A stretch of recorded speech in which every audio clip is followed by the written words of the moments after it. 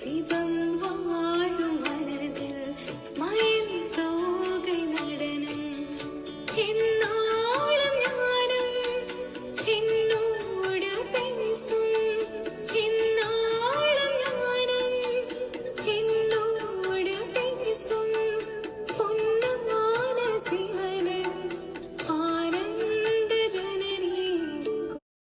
ஓம் சாந்தி.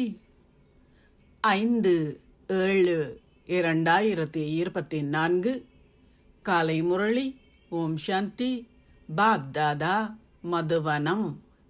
சாராம்சம்: இனிய குழந்தைகளே, நினைவின் மூலமே உங்கள் மின்கலங்கள் சக்தியேற்றப்பட்டு ஆத்மாக்களான நீங்கள் சக்தியை பெற்று சதோபிரதான் ஆகுவீர்கள்.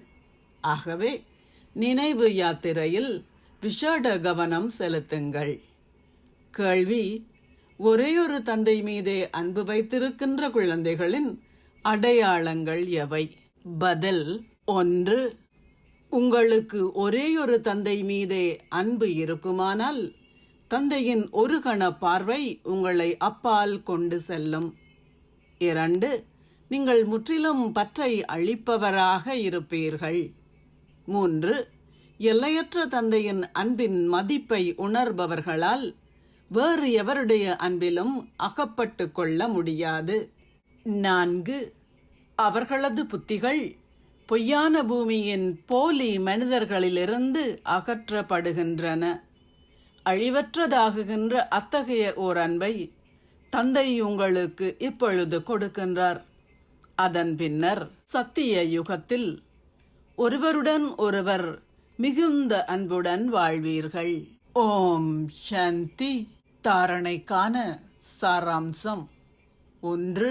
சர்வசக்திவான் தந்தையுடன் உங்கள் புத்தியின் யோகத்தை இணைப்பதன் மூலம் உங்கள் மின்கலத்திற்கு சக்தியேற்றுங்கள். ஆத்மாவை சதோபிரதான் ஆக்குங்கள். ஒருபொழுதும் நினைவு யாத்திரையை பற்றி குழப்பமடைய வேண்டாம். 2. இந்த கல்வியை கற்று உங்கள் மீது கருணை காட்டுங்கள். தந்தையை போல் அன்பு கடல் ஆகுங்கள். தந்தையின் அன்பு அழிவற்றது. அதைப்போல் அனைவர் மீதும் உண்மையான அழிவற்ற அன்பு கொண்டிருங்கள். பற்றை வென்றவர்கள் ஆகுங்கள். ஆசீர்வாதம்: நீங்கள் இனிய அனுபவங்களை கொண்டிருப்பதற்கு உங்கள் புரிந்துணர்வு சக்தியை பயன்படுத்தி சதா சக்தி வாய்ந்த ஆத்மா ஆகுவீர்களாக. புரிந்துணர்வு சக்தியானது உங்களை மிகவும் இனிமையான அனுபவங்களை பெறுமாறு செய்கின்றது. சில சமயங்களில் உங்களை தந்தையின் கண்களின் நிறத்தனமாக அனுபவம் செய்யுங்கள். அதாவது உங்களை தந்தையின் கண்களில் அமிழ்ந்திருக்கும் ஒரு மேன்மையான புள்ளியாக அனுபவம் செய்யுங்கள். சில சமயங்களில் நெற்றியின் மத்தியில் பிரகாசிக்கும் ஓர் இரத்தனமாக இருங்கள். சில சமயங்களில் உங்களை பிரம்மாவின் கரமான தந்தை பிரம்மாவின் ஒத்துழைக்கின்ற வலது கரமாக அனுபவம் செய்யுங்கள். சில சமயங்களில் உங்களை ஓர் அவ்யக்த தேவதை ரூபமாக அனுபவம் செய்யுங்கள். உங்களுடைய புரிந்துணர்வு சக்தியை அதிகரிப்பதால் நீங்கள் சக்தி வாய்ந்தவர்கள் ஆகுவீர்கள்.